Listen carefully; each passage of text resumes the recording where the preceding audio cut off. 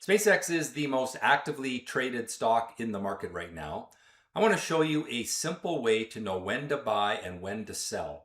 If you can draw a straight line with a ruler and understand some basic concepts, you can apply the swing trading strategy where you hold the stock typically for a few days and switch between being long the stock or short the stock. Now let's get into the specifics of that strategy. As I said, it's a simple swing trading strategy. Now, when I say swing trading, it's really about holding for a few days, not like day trading where we're in and out in a few hours, although you could apply this set of rules to day trading as well. It works with any volatile liquid stock like SpaceX. Now, we have some interesting assets that we can use for trading SpaceX. Of course, there's the main shares, SPCX. But that's trading around $170 a share. There's other ways to trade it that are leveraged, which means they move quicker up and down than the actual stock. So if you want to be buying the stock, going long the stock, SPCH is a leveraged version of SPCX. So it goes up faster than the actual stock will. SSPC is something you can buy to leverage a move to the downside. So when SpaceX shares go down, SSPC goes up, and it goes up quicker than the stock goes down. So those are some instruments or assets to trade. Now, to understand this strategy, we're going to apply some simple concepts, beginning with this idea of an inflection point. Inflection points are peaks and valleys on the chart. I will show you this in a chart in just a moment. And from that, we can draw a line across the inflection points to define optimism and pessimism. We want to be buying the stock during times of optimism and shorting the stock during times of pessimism. And again, we don't have to short the stock because we can buy the short ETF SSPC, which will go up when SPCX is going down. And then finally, I want to show you the trend reversal pattern, a simple concept based on the inflection points, the optimism and pessimism lines, and the actual reversal pattern. So here's how it works. Here is a 13-minute chart of SPCX. And what we're going to do is first identify the peaks and valleys. So the way that I have an indicator that does this is by looking for peaks where there are 4 candles to the left that are lower and 3 candles to the right that are higher.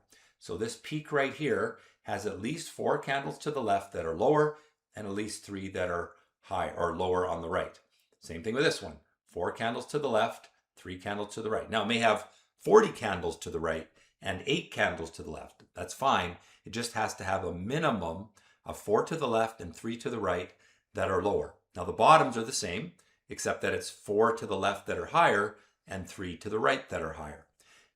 You don't even need to count. Just look at the peaks and valleys on the chart. Now what we're then going to do is draw lines across those inflection points. So I can draw a line like this, and then that line gets steeper right there like that. And I can draw a line across the top, something like this. And I could draw it a little steeper like that. All right, so now we have our trend lines. Now, when the market is going up, we have bottoms that are rising, we have optimism. When the market is going down, we have pessimism. So when we draw a line across the tops and those lines are falling, that's pessimism. When we have a line drawn across the bottoms that is rising, we have optimism. What we are looking for are the trend reversals. And this happens when the line is broken from either a falling top or a rising bottom. Now let me elaborate on that. So here we see this line is broken right here, and there is an inflection point that is lower than the previous one.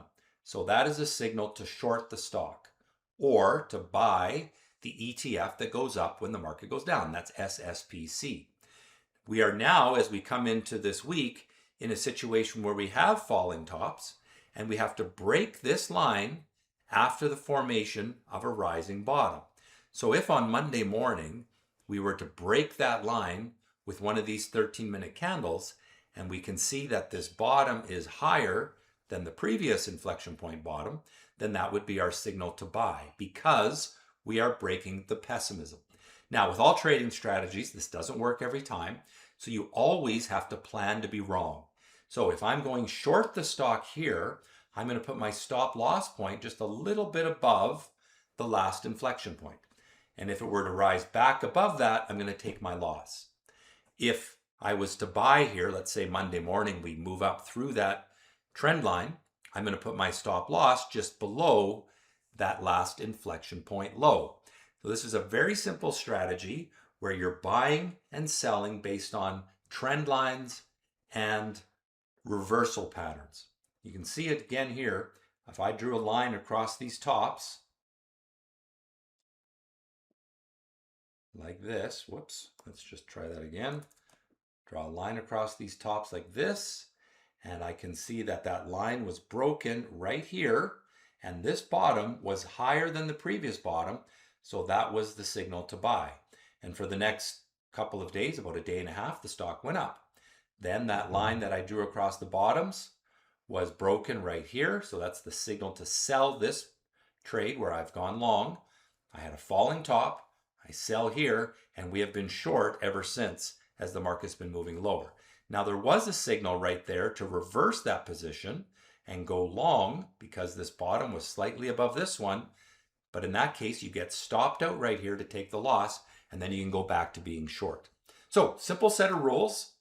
Start with inflection points, draw lines across them. Are the bottoms rising?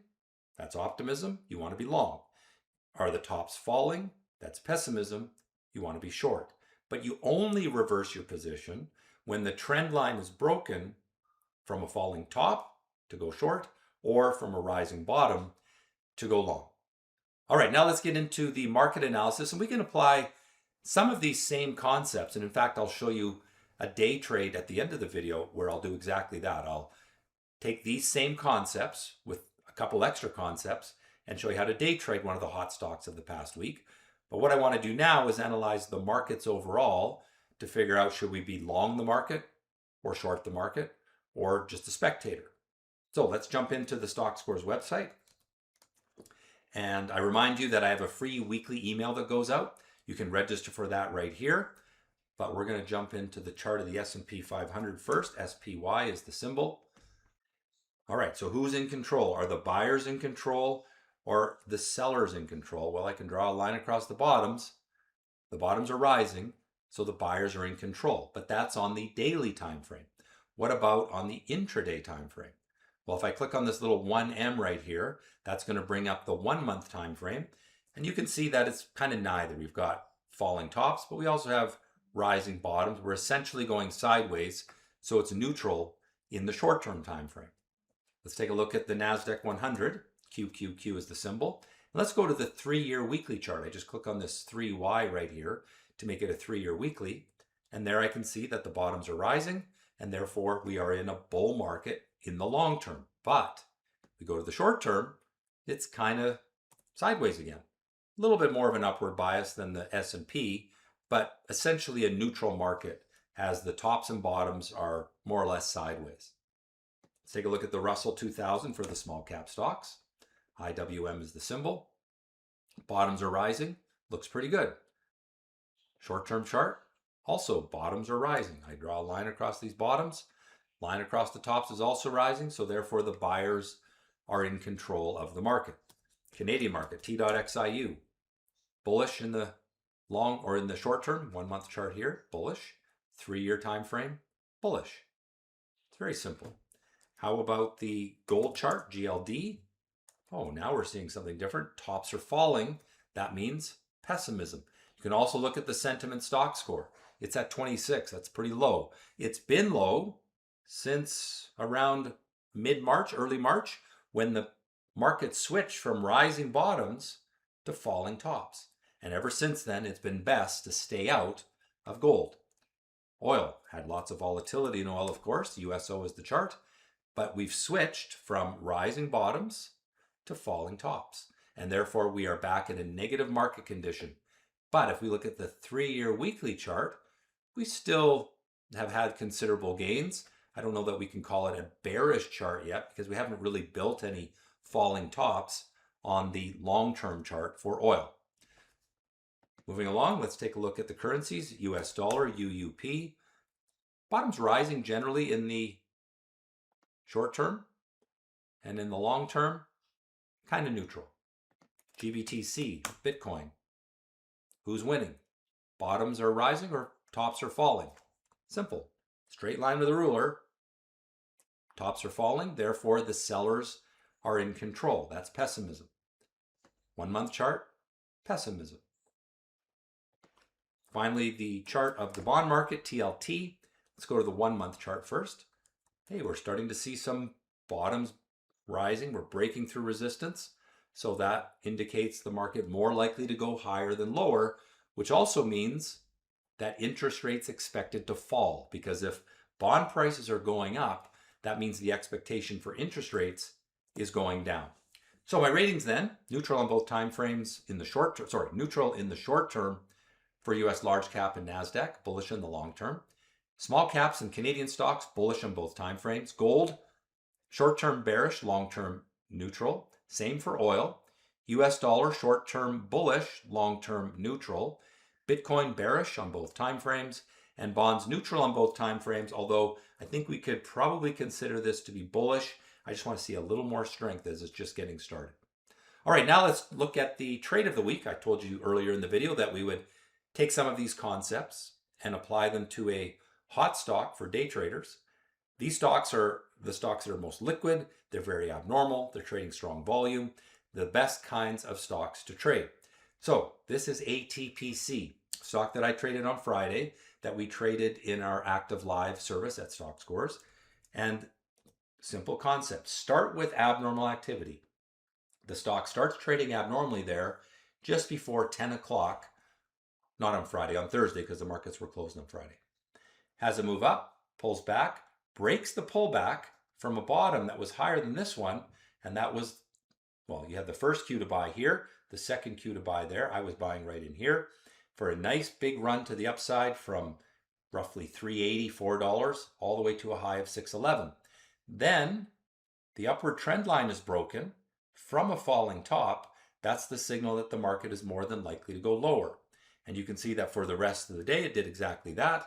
So the quick trade, either buying the initial break from low volatility with abnormal activity, or the pullback break after the build of a rising bottom. Simple concepts. Like I say, if you can draw lines on a chart and look for these inflection points, look for abnormal activity, you can trade these really volatile active stocks, whether it's SpaceX or whether it's the next hot, low priced, low float, small cap stock, which make big moves. Hope you've enjoyed the video. If so, do me a favor, click on the like button, hit the subscribe button, and most importantly, trade well.